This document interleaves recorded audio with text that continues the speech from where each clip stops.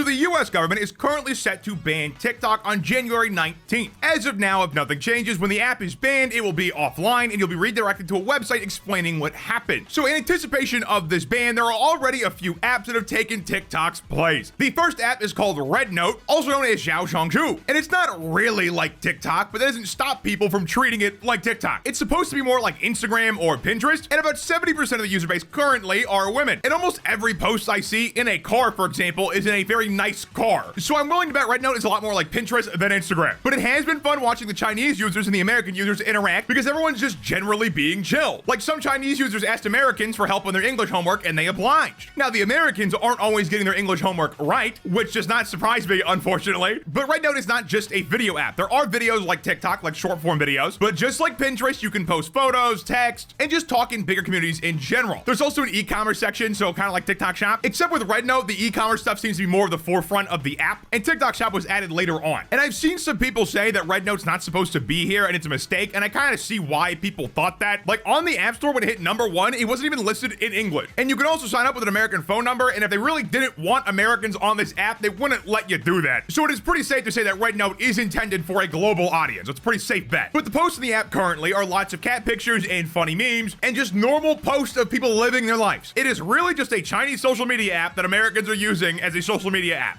That's pretty much it. And this really highlights how pissed people are about the TikTok ban. And I get it, okay? I understand. The TikTok ban is especially stupid if an app like this can basically replace it overnight. And RedNote is especially funny because RedNote is exactly what the US claims to be worried about with TikTok. Because you see, RedNote is headquartered in Shanghai, China, which means that all the data they collect will basically be accessible by the CCP, which is exactly what they said the TikTok ban is supposed to prevent. Now, the actual reason for the TikTok ban is definitely multi-layered. Because if the US government cared that much about people taking your data, Mark Zuckerberg would be in prison. But the US government might not want China to have our data. That could be a real concern of the US government. I don't know for sure. But what I do know is they don't care that much because they're not stopping US companies from taking my data. And as an individual who lives in the United States, I would like China and the US to not touch my data. That'd be great. Like from my perspective, the US government could have put in actual data protection laws instead of this. So clearly in my mind, it's not data protection at all. The EU is doing just fine with data protection laws. We would be fine if the US government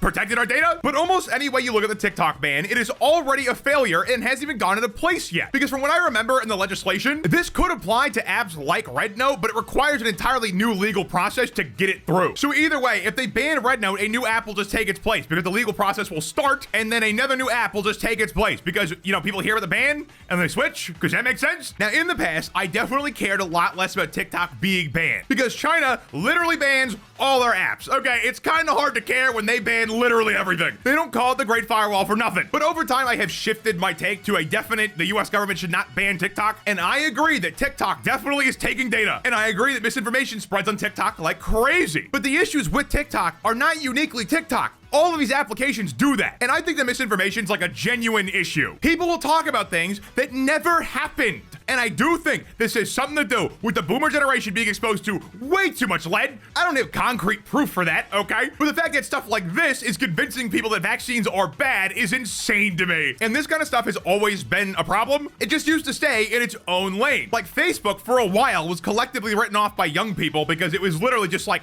insane things. Like Facebook currently and was a geriatric home for the insane. Like the stuff that would and does gain traction on Facebook makes you question other people immensely. It's less of a problem now because most of it's like actually bot activity. But in 2015, no, a lot of those people were just insane. Now Twitter, unfortunately, has taken the same route. And the CEO himself promotes a lot of misinformation. And these posts are usually just factually wrong, okay? But my point with bringing up Elon Musk was if the US government actually cared about misinformation, Facebook and Twitter would be banned. Okay, they just would be. Like if they're gonna ban TikTok because of misinformation and data collection, almost every US company is on the chopping block at that point. And regardless of where you land on the TikTok ban, it's gonna be interesting to see what happens. Thank you for watching. I hope you enjoyed. Click the tab, check out more of my content, and like and subscribe if you're new, and have a good one.